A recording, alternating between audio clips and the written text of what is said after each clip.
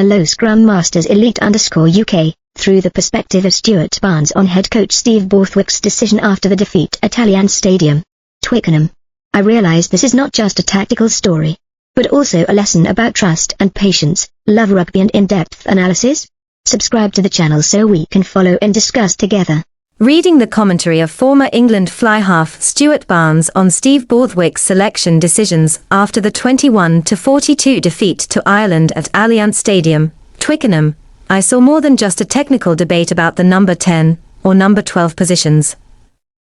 I saw a story about trust, resilience, public pressure, and how a team rises after being hurt. The loss to Ireland, under the leadership of Andy Farrell, was not just a defeat. It was a collision between expectation and reality. As England was swept into their opponent's sharp attacking rhythm, many eyes turned to George Ford. Missed kicks, moments of disjointed distribution, everything became the focus of criticism. I asked myself, is it fair for every failure to be pinned on one individual? Barnes argues that Ford should not be hastily dropped until he has the opportunity to play alongside a more suitable midfield pairing, specifically Seb Atkinson and Max Ojomoh. That viewpoint made me reflect deeply. In elite sport, cohesion and system structure are just as important, if not more so, than individual form. A playmaker like Ford is not a physically dominant player who can break defensive lines alone. His strength lies in reading the game, distributing the ball, and organizing space.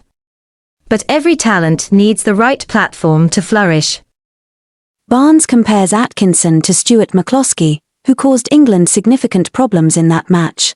This comparison is not merely technical, it reflects the reality that modern rugby demands balance between skill and physical power. Without a powerful midfield presence capable of punching through defences, the playmaker behind them has limited options. Looking deeper into Barnes' argument, I see a message that extends beyond sport. Do not judge a person before placing them in optimal conditions. This makes me reflect on myself. How many times in life have I rushed to conclude about someone or about myself simply because of an unfavorable result?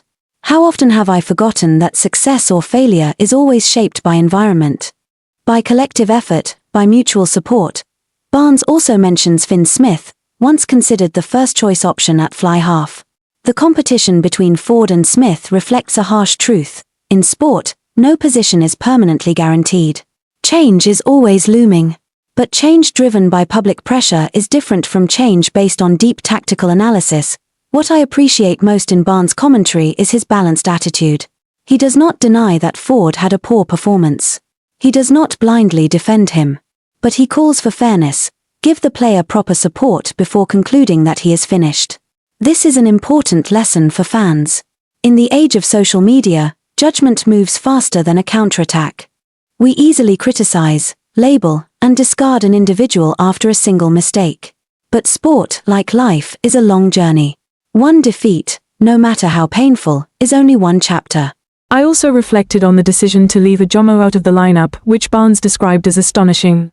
The coaching staff may have had their own tactical reasons. Yet Barnes' concern highlights something crucial. Transparency and logic in selection decisions are essential to maintaining trust, not only among players, but also among supporters.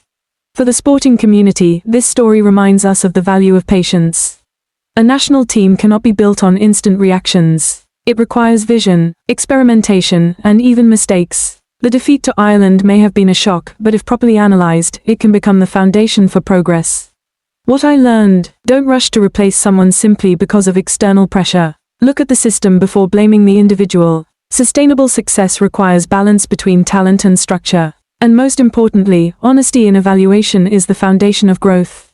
If Borthwick keeps Ford and builds a midfield of Atkinson and Ojomoh as Barnes suggests, it would not just be a tactical decision, it would be a declaration of trust. Conversely, if he chooses a different path, what matters most is clarity and consistency in reasoning.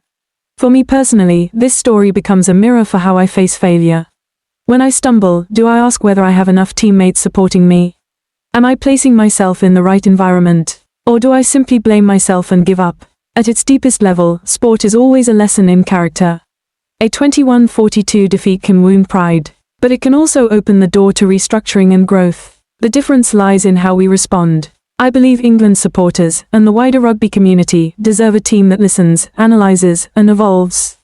And I also believe that each of us, even off the field, can learn from these debates, be fair, be patient, and never forget that behind every jersey is a human being giving their all. Thank you for following Scrum Masters Elite_UK.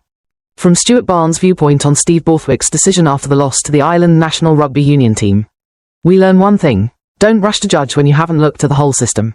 See you in the next video.